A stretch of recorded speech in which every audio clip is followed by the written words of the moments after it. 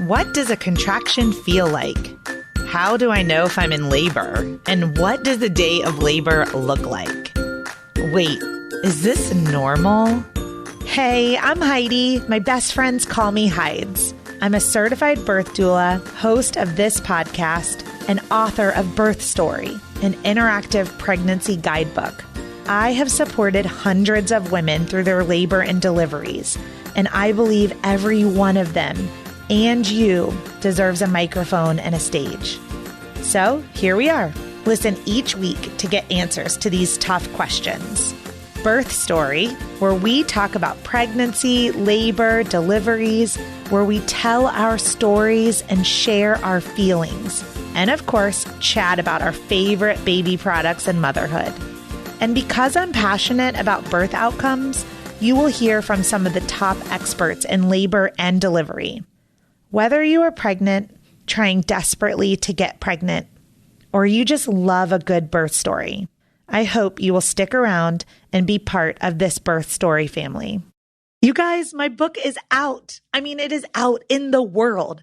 I cannot believe it. I have been writing it for several years, and it's just mind-blowing. Birth Story, Pregnancy Guidebook and Journal is a one-of-a-kind discovery into your pregnancy that provides you education through storytelling. So what's it really about? In the 16 years that I have served women with every personality type, I noticed there was a huge disconnect between what my clients were craving for childbirth education in a book and the books that were actually available on the market. There seemed to be unlimited resources if you are looking for an unmedicated birth or a natural birth or a home birth.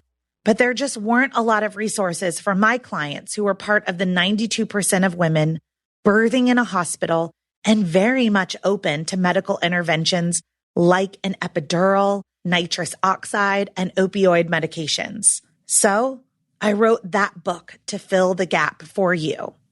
Week by week throughout your pregnancy, you will engage with material meant to educate and empower you as you plan for your own birth story. Hospital, medicated, unmedicated, or something in between. You are welcomed each week with a postcard from the womb, which is an adorable note from your baby about their miraculous development, as well as the amazing changes occurring within you. Then you are invited to use an uplifting birth affirmation and to respond to an introspective journaling prompt to document your feelings, curiosities, and wonders every single week. With room to memorialize your own birth story, this book will become a memory keeper and a legacy gift for your baby. You are encouraged to read one of my favorite birth stories each week, filled with childbirth education, tidbits, and explanations of important medical terms and procedures. These are real-life accounts shared with permission from the births that I've attended during my career as a doula. And I gave you a great mix. In the 42-week guide to your pregnancy and 42 birth stories, 7 of them end in cesarean section. About half are unmedicated and the other half are medicated deliveries. This is a judgment-free book. So take what you need from each element and leave the rest. Okay, are you ready to buy? I would love for you to go to birthstory.com and buy it directly from me. But I totally get it if you're an Amazon girl. You can head to Amazon.com and just type in Birth Story Pregnancy, and the book should pop up. I'll deliver it straight to your doorstep. And I would venture to say that you might be an audiobook kind of woman because you're listening to a podcast. So if you would prefer to listen to this book, then I have recorded it and it is available for download at audible.com or on your Audible app. Thank you for being part of the Birth Story community. I am so excited for you to have this book in your hand once you've purchased it and it has arrived. I hope that you will give me your thoughts and feedback, and don't forget to take a selfie with your book and post it on Instagram and tag at Birth Story Podcast. On today's podcast, we have Derek and Sarah that are here. Sarah is so cute, pregnant with baby number 2. And I'm bringing these guys on because, full disclosure, they're some of my best friends. I got to be part of their birth story, but not for the whole entire thing. And so I just can't wait to hear their perspective on baby number 1 as the labor and delivery of baby number 2 is about to come. So, hey guys. Hi. Hey. All right. So Derek's so nervous that he has like a Mike's Harder lemonade. I'm going to start with you, right. Derek. Yeah. Okay. So let's go back to before Sarah was pregnant and tell me about like what the process to get pregnant was like. Just tell me about that time and what it was like leading up to that pregnancy and then finding out Sarah was pregnant. Oh, that's a whole podcast in and of itself, because there wasn't, you'd think that would be a lot of fun, but it was kind of traumatic, I think, for us, because it wasn't planned, and we were early, months into our marriage and trying to figure that out, and we're already kind of having some fears and problems and just anxieties about what, the health of our marriage was going to look like, and then we're pregnant on what felt like to me the first try almost. Yeah. So, Well, there's going to be a lot of people that are listening to this podcast that have kind of that same reaction and aren't even married. So I think it's really important to hear all the types of how I got pregnant stories, not just, oh my God, we were trying forever and it was great. So you were not trying to get pregnant. Shia, her name's Baby Shia. That's what my kids call her, at least Baby Shia. So Baby Shia just showed up. So you want me to tell you how that, what that looked like for, 3 months. I was, devastated, kind of. So let me chime in. Sarah, so unplanned pregnancy. How old were you when you got pregnant with Shia? Oh, geez. I think I was 35, 36. Okay. Wait, 30. I have no idea. I don't even know how old am I now? How old? 37, 35. We were. Okay. So you were 35. After 30, I stopped counting. Okay, so 35, newlyweds, not trying. How did you know you were pregnant?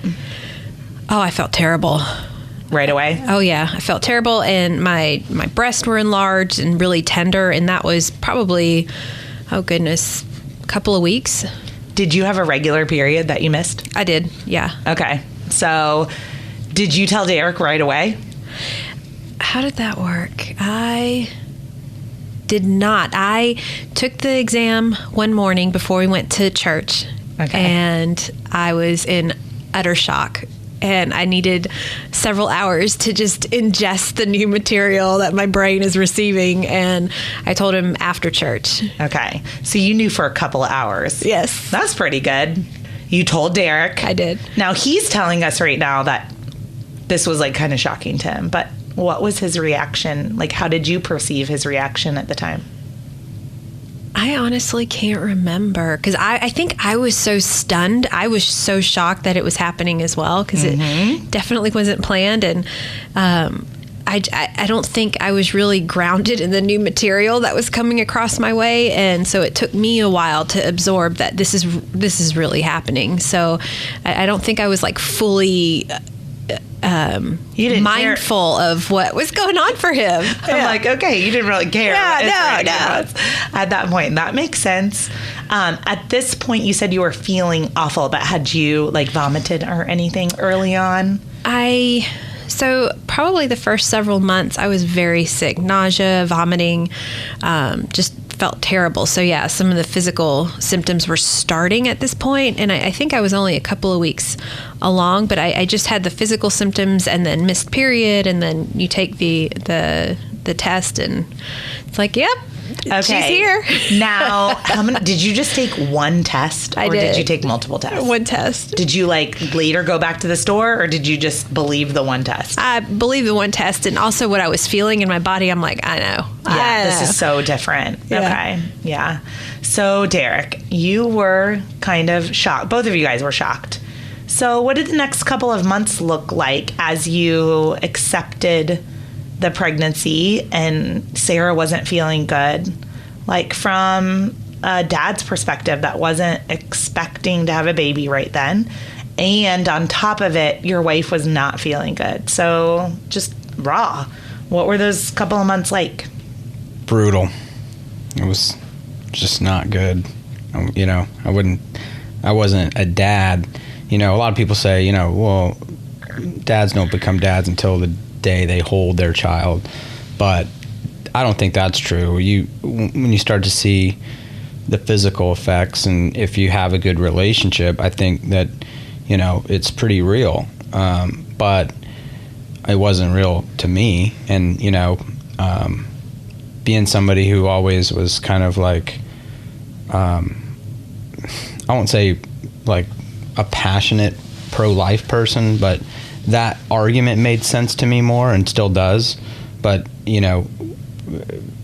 all of that was kind of on the table in my head, because to me it felt like if we have this child, our relationship is going to end. It'll be the death of our marriage if we have a child right now. And so my focus was not on, this life and their deservedness of having a life. It was my life and my marriage, and what is the probability of success in that. And it didn't seem like this was going to do anything but drive a stake in it. Yeah, I think it's really valid to hear you say that, at least it sounds like, that you were more interested in that point in being a husband than you were in being a dad, if you could go back to that moment. Well, yeah, only because, I always wanted to eventually be a dad. That was the purpose, a big purpose in getting married and finding, the right wife was in my mind as somebody who's going to be a good mom. But we were, 6 months into a marriage that wasn't going how either of us had planned. So to me, I just couldn't, there's no way I could warp speed into like time to, transform into super dad. And like, that wasn't, to me, there was still a chance, whether it be nature or our own intervention, that this could not come to fruition. And in my head, I was fully convinced that if that happened, we would have a better chance of succeeding at our marriage, which seems absurd now because it actually fixed a lot of things. Yeah, I was here you are a couple of years later with baby number 2. So, but they say it doesn't do that. Not for everybody. So anybody listening, don't take that as advice. But I'm glad that we're sitting here in this circumstance and that you guys are being so honest about that. So Sarah, you weren't feeling good, and then you get to that 20-week ultrasound. Did you have an ultrasound before that? We had an ultrasound. I believe I was about 5 or 6 weeks pregnant.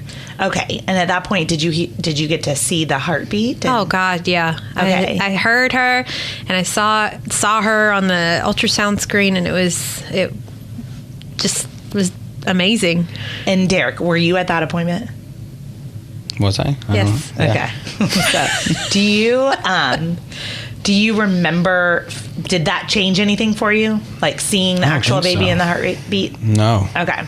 So still, that's a confirmation ultrasound. So that's really early. The baby kind of looks like a tadpole, not even like with flippers, not even a real baby at that point. So she's a dot. A little dot, exactly. Like in that flicker is maybe a heartbeat.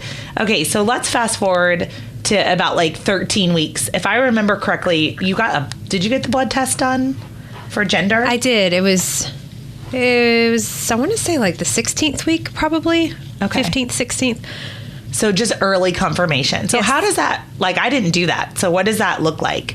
Do they just take your blood and send it off? Took our blood, send it off to a lab, and called you. There's no genetic concerns, and it's a girl. Very cool. Did your insurance pay for that? No. So that was cash money. Yeah. How much did that cost? That one cost, oh goodness, maybe $200. Oh. And the second go round was, for this second baby, it was $750. And you get a voucher from some nonprofit for about $400. I can't remember who the nonprofit is. So So it ends up being like a couple hundred more. That's a lot of money. So is that just, did your insurance changed? No, the doctor changed the lab locations that they used. So it became out of network then? Correct. Okay. Yeah. They were both out of network. Okay. Well, that's a good range. So somewhere between $200 and $800 to do genetic testing and find out the gender. So you get to the 20-week ultrasound, and then did Derek get to come to that one? Derek, to my recollection, he probably went to at least 3/4 of the ultrasound. He didn't go towards the end when it was kind of in that pattern of going biweekly. He wasn't so much then, but I think he went to all of the first 3 or 4 ultrasounds that we had. You went several times with me to the OB. Was there ever a point in her pregnancy where you felt connected to the baby? Like before Shia was born? Yeah, when I could see that there was a baby in there. Yeah. Like, without having to look at technology. Okay. So just like actually like seeing like Sarah's belly grow. I was like, yeah, that's, that's a really big deal. And also I think part of it is seeing the struggle of someone physically struggle carrying, it's a tall task. And so you want to, if you have any compassion at all, even though until we got there, we were kind of enemies. Her only concern was protect for this unborn child, and I was kind of a threat to that because my attitude wasn't in the right place. Derek, you shared that the first couple of months were difficult for you guys. What was the turning point? I think, a combination of having the right family members and friends and therapy. We went to therapy, and just none of the options were good options. So I just kind of did the right thing and came around, and it initially was an act. I was just like trying to save my marriage, and eventually I figured out that in doing so I was losing my marriage because she was going to do what was right for this baby inside of her come hell or high water. It was like, you can go to hell, you can be damned, you can do whatever you want, but me and this baby are going to have a life. You can be a part of it or not. And I was like, well, shit. I tried to play hardball, and that backfired. So I went along, and then, watching her hang in there, and then kind of accept me back in as no longer a threat through all of these. It just took time and effort on my part and openness on her part, and I just kind of fell in love with the experience she was going through, and it's the Mike's Harder limit. But, getting a little choked up. You're making me get choked up too. And seeing somebody labor, like not in labor yet, but just labor for as the baby grows. Yeah.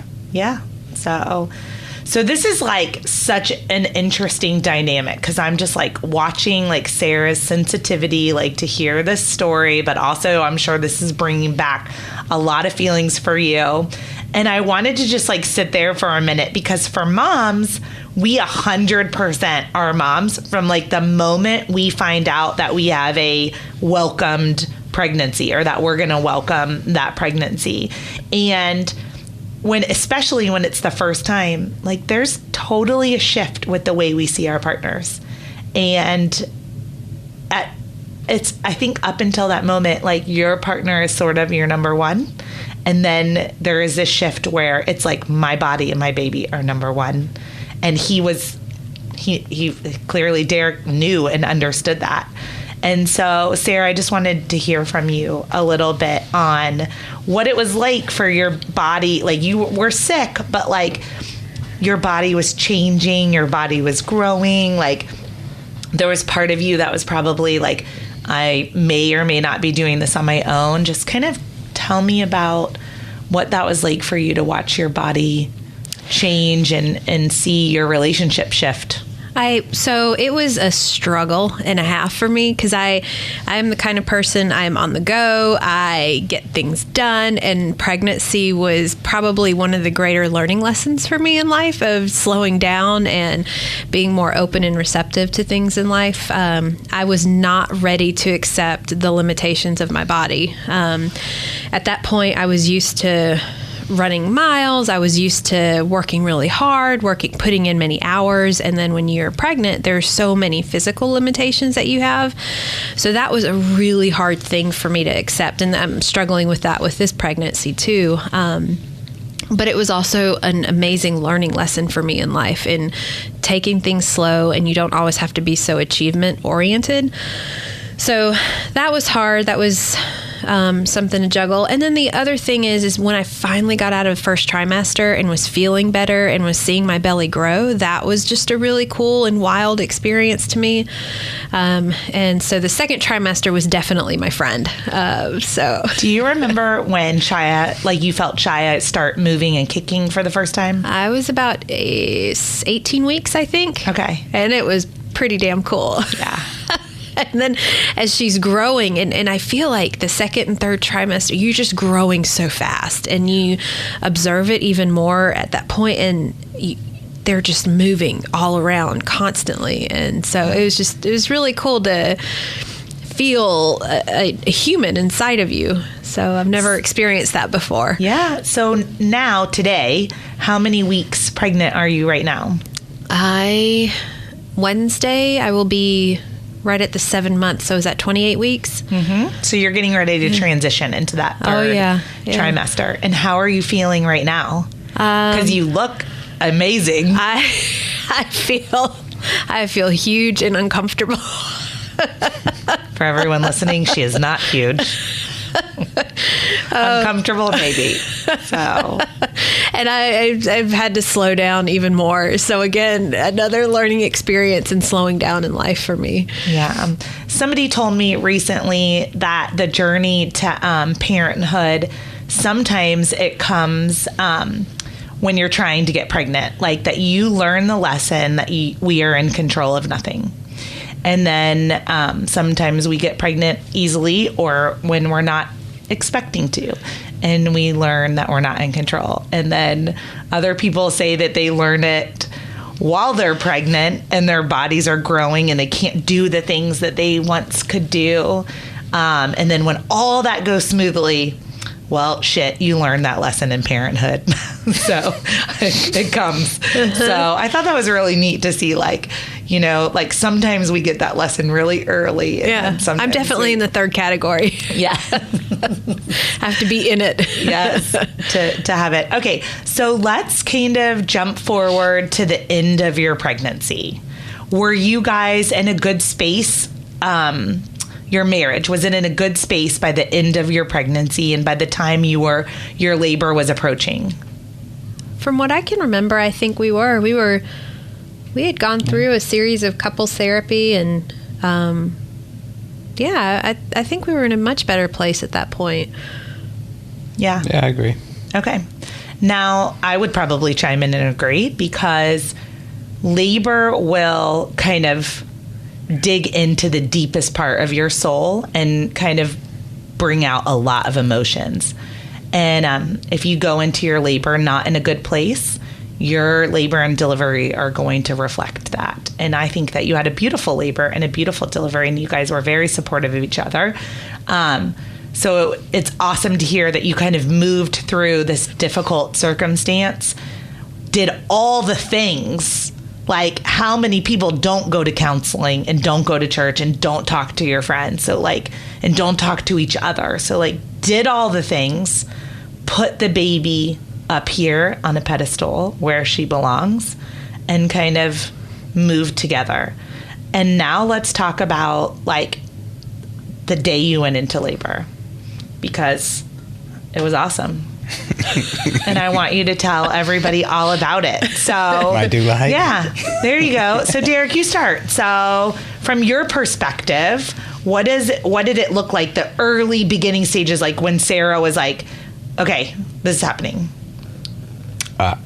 as we tried to figure out on the way here, I remember it being like a little after midnight when she woke up and said, I'm in labor. And I was like, wow, it's going to be a long night. And then it was like 5 or 6 hours later that we felt it was okay to call you and see what we should do. Or we knew it was going to be a long time before we could go to the hospital.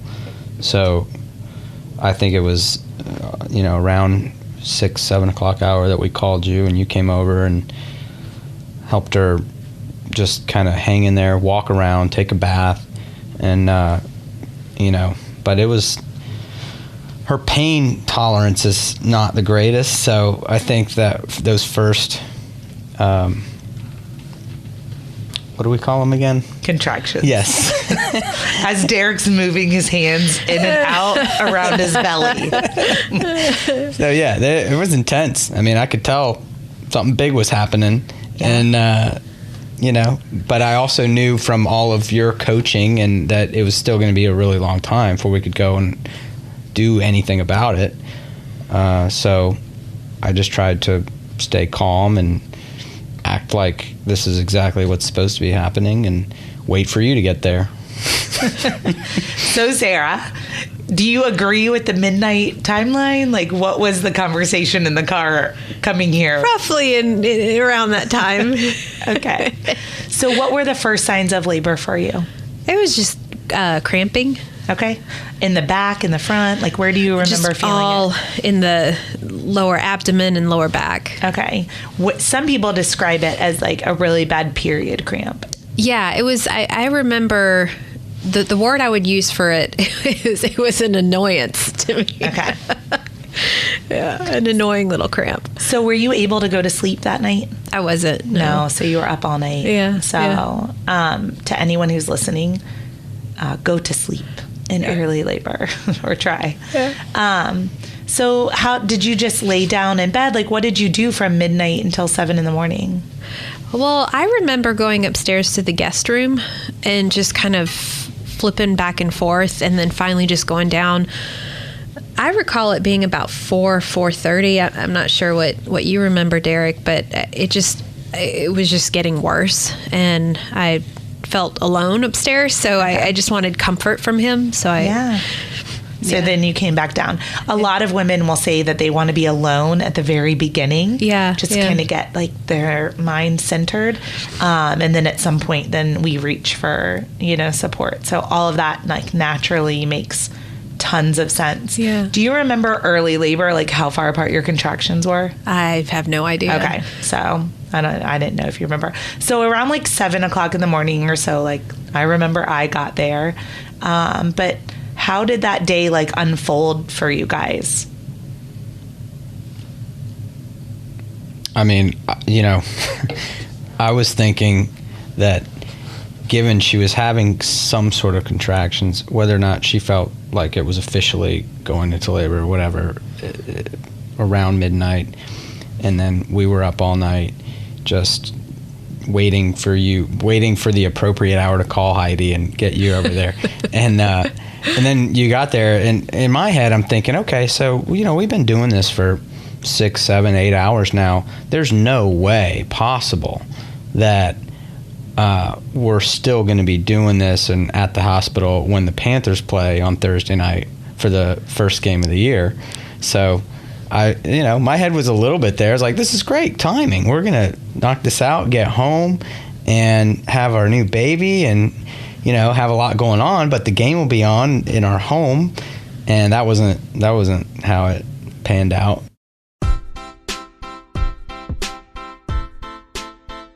Hey, it's Heidi. I'm interrupting the podcast to let you know about a free resource that I've created for you at birthstory.com.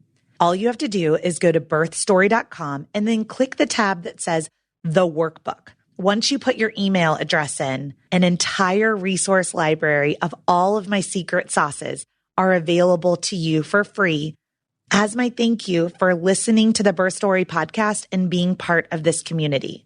At birthstory.com, under the workbook, you will find a birth plan template, articles on circumcision, delayed cord clamping, flipping a breech baby, packing your hospital bag, acupressure points, placenta encapsulation, and so much more. There are over 20 free articles ready for you to download at birthstory.com. Now let's get back to this amazing episode. Sarah, let's go back, because by the time I got there and we did, a lot of walking and squatting and like got in the tub and all of that kind of thing. And, but I remember having to have the conversation with you to say, you aren't that far along. And I don't know if you remember this, but I was like, if something were happening, things would be coming out of you. Yeah. I was like, so for those listening in labor, as active labor approaches and it picks up as your cervix softens and dilates, things leave your body. So I know that was a long day for you. Do you remember like some of the things that you did that helped you just cope with the first day of labor? So I remember probably several months before going into labor, I continuously listened to pain management guided imagery. And so I remember just constantly visualizing just the guided imagery that I had used. And then for you had taught me how to do that breathing. I call it the primal breath. So when you're having the contraction and having that really was helpful as well. And I remember that morning just being in the tub and walking around the neighborhood. I found that to be very helpful too. Mm-hmm. But it was mostly for me, and particularly going through labor, was that pain management imagery that I could recall. Yeah. So earlier, Derek was like, Sarah's pain tolerance is like super low.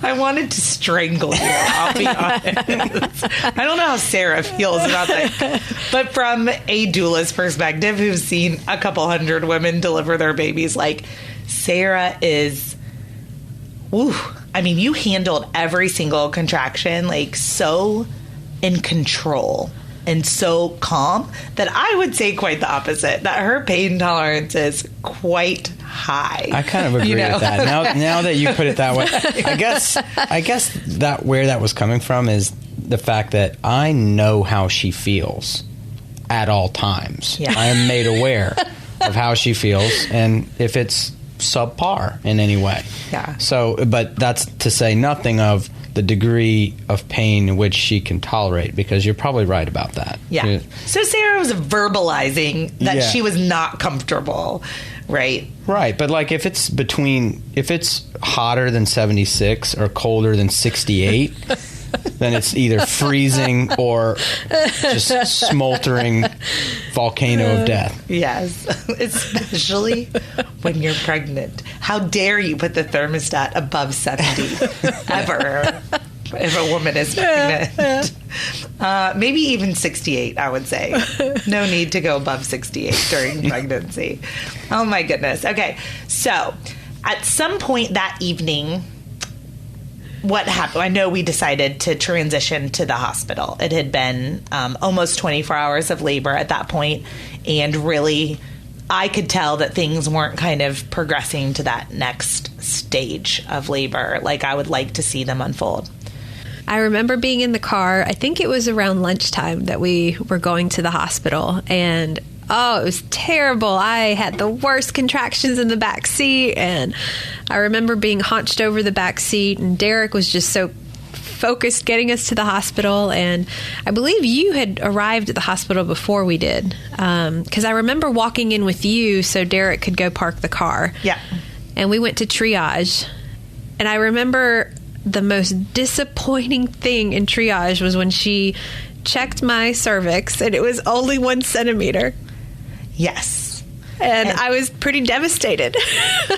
Yeah. So I was in active labor, I felt, and I was like, this baby's going to come soon. And then 1 centimeter. And I just remember crying and crying when she said that. Yeah. So you were in active labor. Mm-hmm. And let's get into it. Can we get into why? Sure. Okay. I was like, I didn't know if you were open to this. Yeah. So let's get into why, because this is a huge lesson for anyone out there. And Sarah, just take over. Tell everybody what you had been diagnosed with and the procedure that you had had. Sure. Long before pregnancy, Yeah, so when I believe I was 17, they had found some cancerous cells on my cervix. And so what they did was, I believe it was called cryotherapy. They essentially just burned off the cancerous cells. And apparently at that point, there was scar tissue that was formed on my cervix. And so then when I got pregnant, and I don't know, I guess maybe it was just miscommunication with the doc. I wasn't aware that there was scar tissue on my cervix, and so essentially my cervix wasn't dilating because of the scar tissue, and that's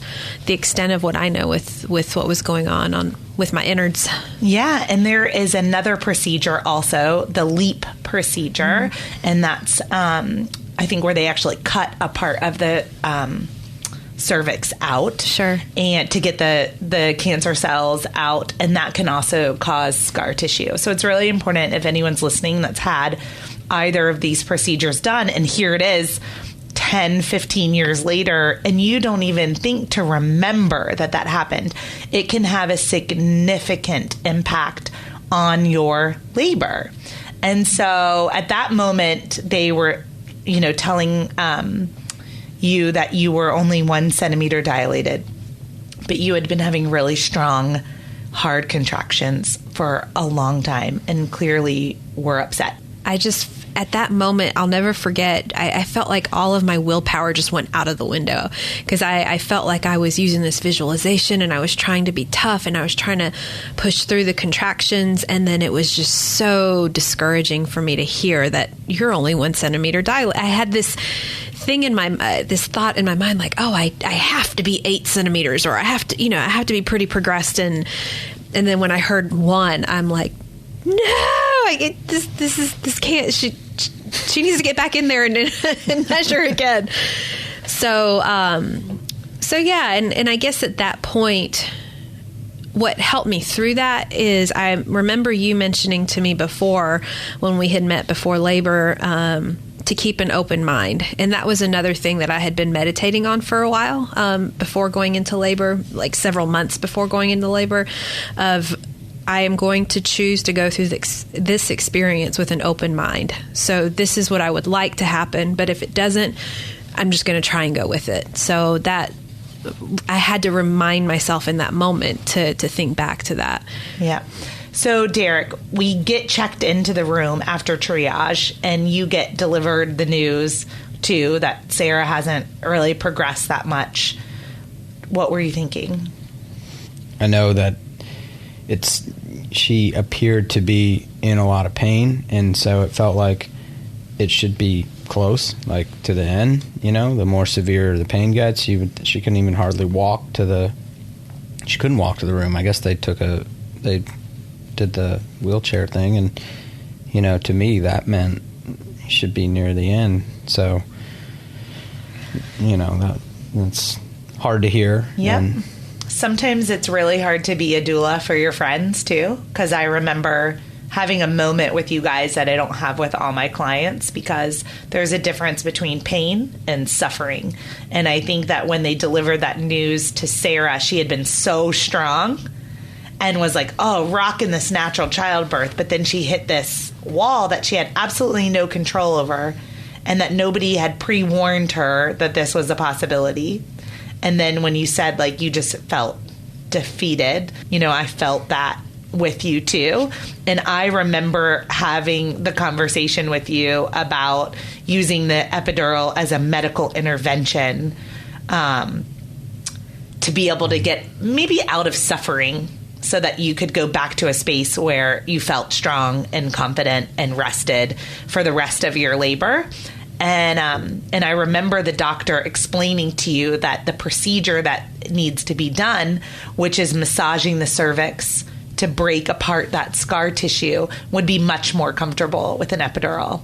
And so I just wanted to check in with you right then, from someone who was open, but had been rocking a natural childbirth, and kind of just tell me, like, what you were thinking when the birth plan changed. I remember when the doctor came in and explained that it was going to be pretty damn painful to go through that procedure. I think at that point in time, that was validation for me that okay, it's okay. Because I think I sort of had a dream in my mind that I would be able to do a natural birth. And at that point in time, I was in so much damn pain that I was okay with going down the epidural route and getting that over and done with. So, yeah. So tell me about getting the epidural. Like, was it a good experience? You know? Oh, it was bliss. It was awesome. Okay. It was bliss.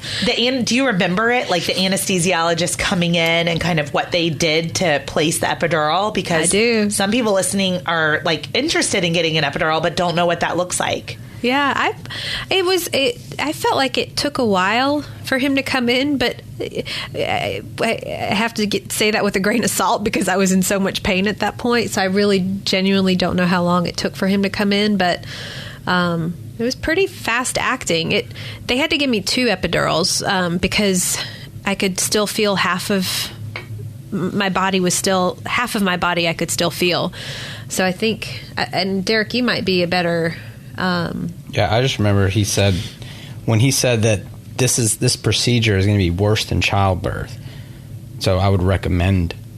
I was like, yes, let's do the drugs, and the procedure is not the epidural. The procedure is the actual like massaging of the cervix, scar tissue off or whatever. Yeah, and so I was like, yeah, let's do it, and then they suckered me into watching because somebody has to watch apparently, and this needle is enormous, so. Maybe I shouldn't say that to everybody. No, it's fine. I mean... To all the moms listening, the needle goes into your back, so you're not looking at it. I just had to stand there and see this big thing. I didn't want any part of that. And then later, when she had to do it again, I was like, you guys have plenty of staff here. I'm going to go outside. I'm not going to watch this a second time, which was hours, 6-7 hours later, whenever it was. But it was... Yeah, Sarah, it's an ordeal. So how long between the first epidural and the second epidural? I don't know. Okay, it was a while though because they placed it, and then you realized, hello, I'm only numb on one side of my body. So then they came back, but once they placed the second epidural, which this doesn't happen a lot, people that are listening, this is very rare, but they came back into the second one, and then you were fully numb. Could you feel your feet and your legs? Oh, no, not at all. Okay. I had the best sleep, too. Okay. So I was exhausted. Yay. So the epidural goes in, and you go to sleep. Because it is now what time? It's late. Mm-hmm. Yeah. You left. Thank you. I was going to get to that. Let me explain to our audience. There's this thing called nursing, and... I was nursing my baby still, and it was late at night, and so I couldn't stay through the night. And so once the epidural was placed, I thought, Sarah's going to sleep. I'll go home and go to sleep, and then I'll just come back for the birth. But that happened a little sooner than I thought it was. So anyway, usually I attend all of the births of my doula clients, but this happened to be during my sabbatical, my maternity leave. Will you have it? And I was still nursing, so I am apologetic. Well, and to be fair, there wasn't a whole lot to do. She was out, and there's nothing for me to do. I wasn't anxious about anything, so it wasn't. So everybody goes, like, I go home and I go to sleep. Sarah goes to sleep. Did you go to sleep, Derek? Mm-hmm. Okay, yeah. So everybody goes to sleep. And if I remember correctly, this is like 10-ish at night, right? 10, 11. It was late. I don't know, yeah. Yeah, it was late. Yeah. It was 10 or 11 at night. Yeah. So maybe even midnight. It was late. Yeah. So everybody goes to sleep. And then I'm gone. So I don't even know the end of this story. So tell me what happens. I think it was about 6 in the morning I woke up in a lot of pain. And I remember pressing the button for the drugs. And I'm like, I feel it. I'm feeling everything right now.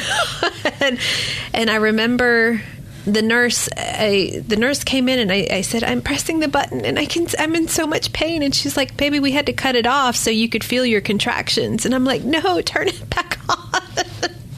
This is also called transition. Okay. So when many times when you have an epidural and you feel all the feels, including the vomit feels and the nausea and the waves of out of control, welcome to transition. Yeah. So it's like 6 something in the morning. You're transitioning. Yeah. Yeah. And then is Derek still sleeping?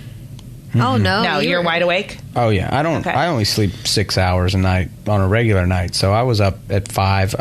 I remember watching the sun come up the window in our hospital room, and I like took a photo of the sunrise, and I like got all just poetic, and just because I was like, what, we went through a hell of a day yesterday, and no matter what happens, we're gonna have our daughter today. Somehow, some way, we're going to have her in a few hours. And I just got I was just excited, and then she woke up within a half hour of when I did. And then, all the craziness ensued. So what happened? This was something that I never knew. I never knew my body would be shaking so much, and that I would be vomiting. You remember? I don't remember the vomiting. I looked away for that.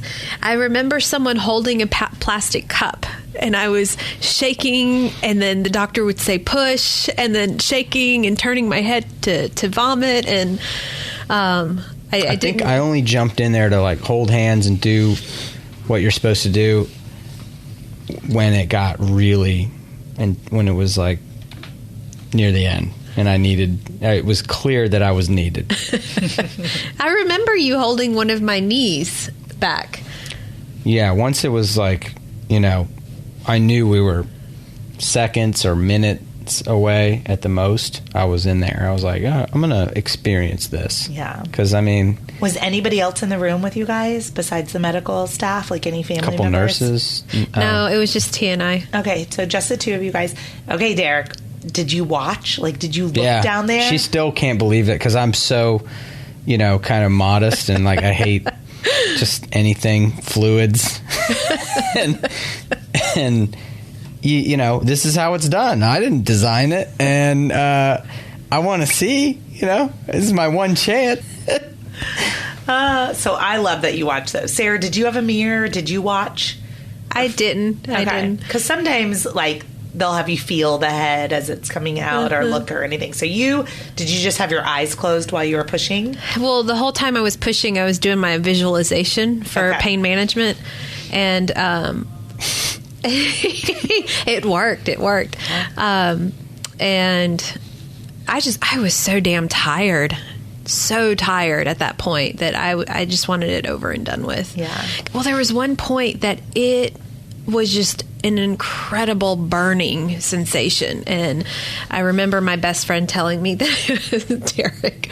I remember my best friend saying that it was something like the Ring of Fire or something. I can't remember. And oh my gosh, I was happy for it to be over with. Yeah. So when she emerged, like usually the head comes out first, and then like a shoulder, and then the rest of the body. Did you watch that whole thing unfold, Derek? Like, did you watch her head come out first, and then kind of watch the whole body? I think I just took a little peek, but somehow squeezing a hand and just being there and like touching them is a big deal. And so I was just doing that and focused on that and just praying that it was over soon, but also knowing that all this is normal and natural, and everybody that's knows and has seen this before is calm, so I should be calm too. So I was more or less fine and excited to see Shia emerge, and like told myself the whole time leading up, throughout pregnancy and everything, people ask me, and people that know me are like, well, yeah, he's not gonna look, if he's even in the room at all. And that's kind of was my thinking. But then when it happens, it's just like, you gotta just peripheral vision, and I ended up even looking for a second, and it was just like crazy. And then it's just tears streaming down, and it's such a monumentous, moment and seconds in time that you can never redo. So I was like, I gotta capitalize on that. And giving like the beginning of this story, like I imagine that moment, that birth moment, was like very healing for both of you guys. Like you seemed very bonded during that labor, very committed to each other during that labor. And I wasn't there for the actual birth, but I can only imagine like seeing your daughter for the first time. And it feels to me talking to you that must have been like a really therapeutic moment for both of you guys in your marriage. I think for me, I remember him being on my left side and just looking up at him and knowing I was safe.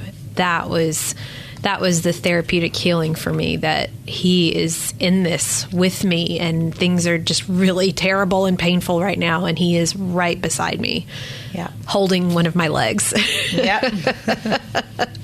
Well, thank you for sharing your birth story. And before you go, I ask everybody the same question. Tell me about your favorite baby product.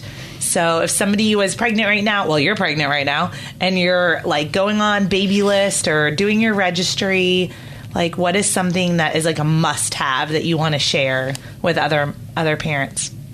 You must have a Topponcino. It is... I love the name. It is. It was that pad that we had that's about an inch thick and oval. Someone gave it to me. Okay. And it helps you, because I was so nervous holding a newborn and passing her back and forth. So it's kind of like a mini mattress that you hold while you're holding the newborn, and it makes it easier to pass the baby from person to person. I'll look it up and I'll put it in the show notes for anyone that's interested. That is a must-have. It made me very confident holding, because, with the limbs, it feels very scary, but like with that thing, it gives you the confidence to just hold them.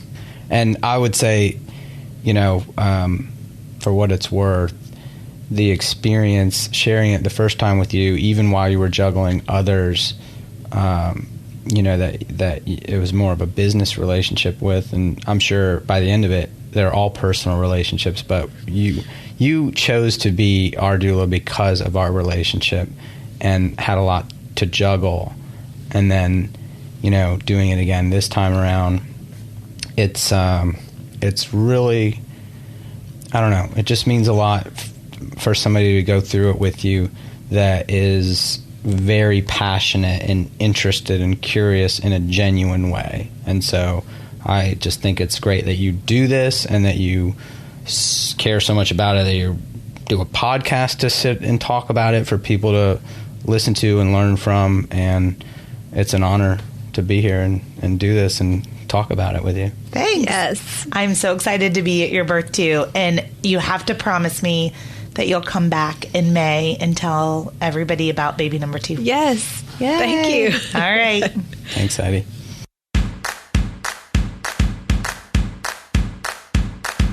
Thank you for listening to Birth Story. My goal is you will walk away from each episode with a clear picture of how labor and delivery might go, and that you will feel empowered by the end of your pregnancy to speak up, plan and prepare for the birth you want, no matter what that looks like.